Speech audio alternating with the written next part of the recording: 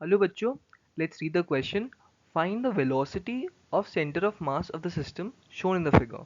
तो हम लोगों को क्वेश्चन में एक फिगर दिया हुआ है. ये यहाँ पे दो मासेस दिए हुए, एक 1 kg का मास है जो एक्स डायरेक्शन में आई कैप के डायरेक्शन में 2 मीटर पर सेकेंड से मूव कर रहा है, एंड एक 2 kg का मास है जो एक्स एक्सिस से 30 डिग्री एंगल पे 2 मीटर पर सेकेंड से मूव कर रहा है. और हम लोगों को क्वेश्चन में पूछा है कि we have to find the velocity of the centre of mass from this figure. So we have four options. Let's solve the question. First of all, the key concept of this question. Key concept of this question is velocity of center of mass. Velocity of center of mass. Center of mass. Okay. So velocity of center of mass को VCOM लिख सकते हैं हम लोग. VCOM is equal to m1v1 plus m2v2 dot dot mnvn whole divided by total mass of the system, that is m1 plus m2 dot dot mn. यहाँ पे m1 m2 m1 m2 mn are masses of discrete particles,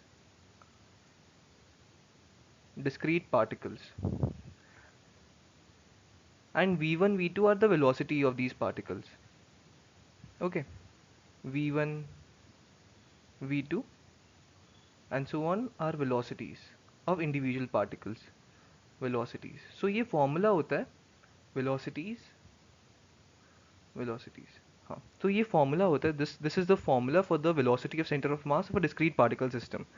discrete particle system का मतलब होता है कि system जिसमें particles अलग अलग हो, जैसे सिस्टम एक पार्टिकल 1 kg का, एक 2 kg का है, तो अलग अलग पार्टिकल्स है, पॉइंट पार्टिकल्स है. तो उसके लिए we will use this formula. So let's solve the question. Question में हम लोगों को दिए हुए हैं दो पार्टिकल्स दिए हुए हैं. पहला पार्टिकल है 1 kg का, ऐसे, and this particle is moving in i cap direction with 2 metre per second velocity. Okay, ये हो गया.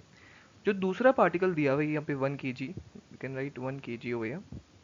जो दूसरा पार्टिकल दिया हुआ है वो एक एंगल पे मूव कर रहा है. This particle is moving at an angle of 30 degrees with the x axis.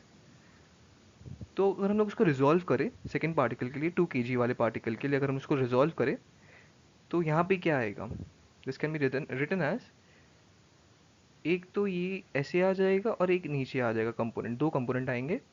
यहाँ पे आएगा इसका वेलोसिटी है 2 metre per second, 2 metre per second. सो यहाँ पे आएगा 2 cos 30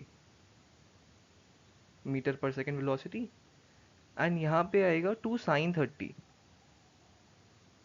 metre per second as a velocity. ये है 2 kg का ब्लॉक या पार्टिकल. ये आई कैप की डायरेक्शन है एंड ये माइनस जे कैप की डायरेक्शन है. माइनस वाई को माइनस जे कैप लिखेंगे हम लोग. सो यहाँ से अगर हम लोग वापस सजा के लिखें तो we have two particles. First of all, we have 1 kg particle moving with 2 meter per second I cap, and we have second particle 2 kg वाला particle. इसके पास दो velocities है. इसकी velocity है 2 cos 30 degrees is basically √3 I cap minus इसकी velocity v is equal to minus J cap. ये इसकी velocity है सेकेंड वाले पार्टिकल की. फर्स्ट वाले पार्टिकल की वेलोसिटी ये है एंड सेकेंड वाले पार्टिकल की वेलोसिटी ये है. ये वाली सेकेंड वाली पार्टिकल की वेलोसिटी है और ये है फर्स्ट वाले पार्टिकल की velocity. So let's write the formula of centre of mass. Now V C O M is m1v1 plus m2v2 divided by total mass m1 plus m2. So total mass तो 3 kg है.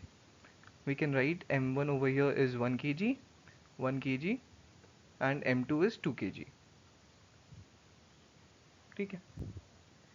सो let's right यहाँ पे 1 into we one है 2 आई cap plus m2 is 2 kg, v2 is root 3 I cap minus j cap whole divided by total mass is 3 kgs, so 3.